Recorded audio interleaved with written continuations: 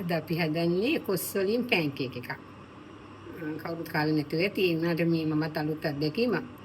හදලා බලමු හොඳට එන්නේ කියලා මම හිතනවා. ඉස්ලාම් කොස් ටික මම මදුළු ගලවලා ඇට ඉවත් කරලා පොඩි වට කැලි කපා ගත්තා බෙන්ඩේට දාලා කොටන්න ඕනින්දා. පාන් පිටි ගත්තා. පොල් වලින් මම මේ පැණි පොල් එකක් හැදුවා. සීනි මේ ප්‍රමාණය ගන්න. පොළුත් ඒ ප්‍රමාණයම ගන්න. ඊට පස්සේ අපිට කහ ටිකක් ඕනේ, බිත්තරයක් ඕනේ, වතුර ටිකක් ඕනේ බෙන්ඩ කරගන්න. පොල් පැණි ටික හදාගන්න සීනි ටික දැම්මා. සීනි ටික කැරමල් කළා. හොඳට පාට වැටුණාට පස්සේ වතුර කොප්ප භාගයක් දාගන්න ඕනේ අපි.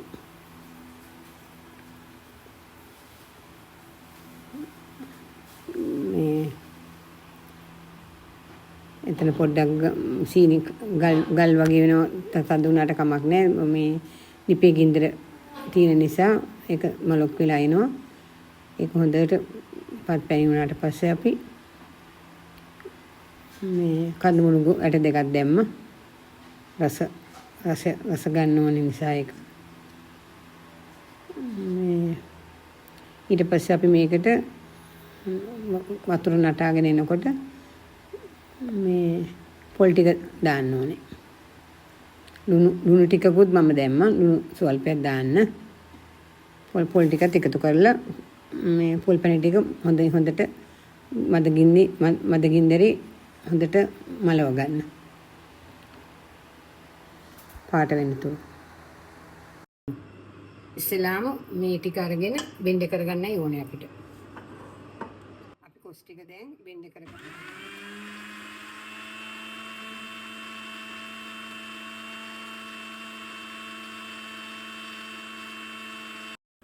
පාන් පිටි ටික මිශ්‍ර කරගන්න.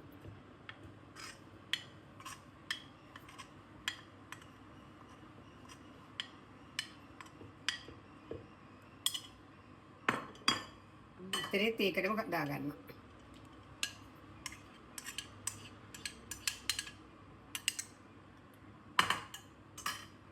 කහකුරු ටිකුත් මික්ස් කරගන්න.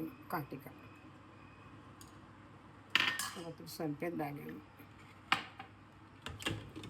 මේක හොඳට මේ මිශ්‍රණේ තෝසි මිශ්‍රණයක් වගේ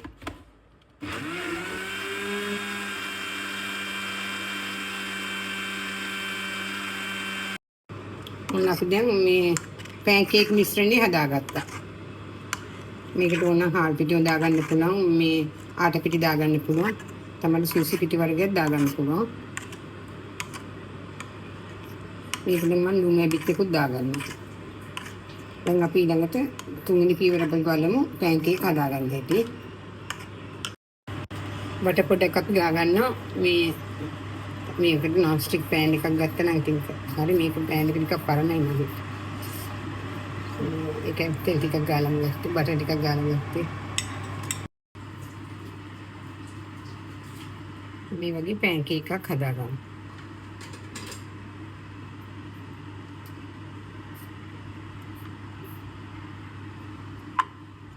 මේක තැම්බෙන්න ඕන හින්දා කුස්නේ මේකෙන් උඩින් බැහුවා පොඩ්ඩක්.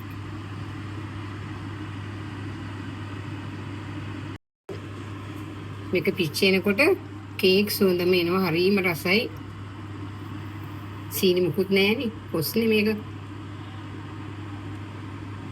පැහිච්ච හොඳට බාග දිද්දිච්ච කොස් එකක් ගත්තාම ගොඩාක් හොඳට කරන්න පුළුවන් වෙලු. අපි දැන් බලමු පැන්කේක් එක හදාගන්න හැටි. පොල් පැණි ටිකක් තිබ්බා. පැන්කේක් එක ඔතා ගන්න. රස්නේ පිටින් ඔතා ගන්න. එතකොට ලේසියෙන් ඔතා ගන්න පුළුවන්.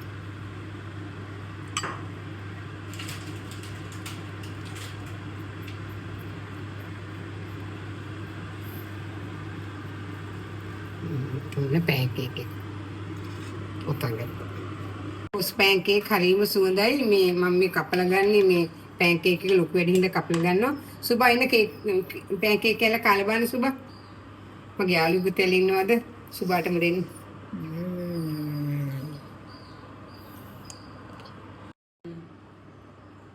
හරිම රසයි. අමුතු කේක් රසකුත් තියෙනවා.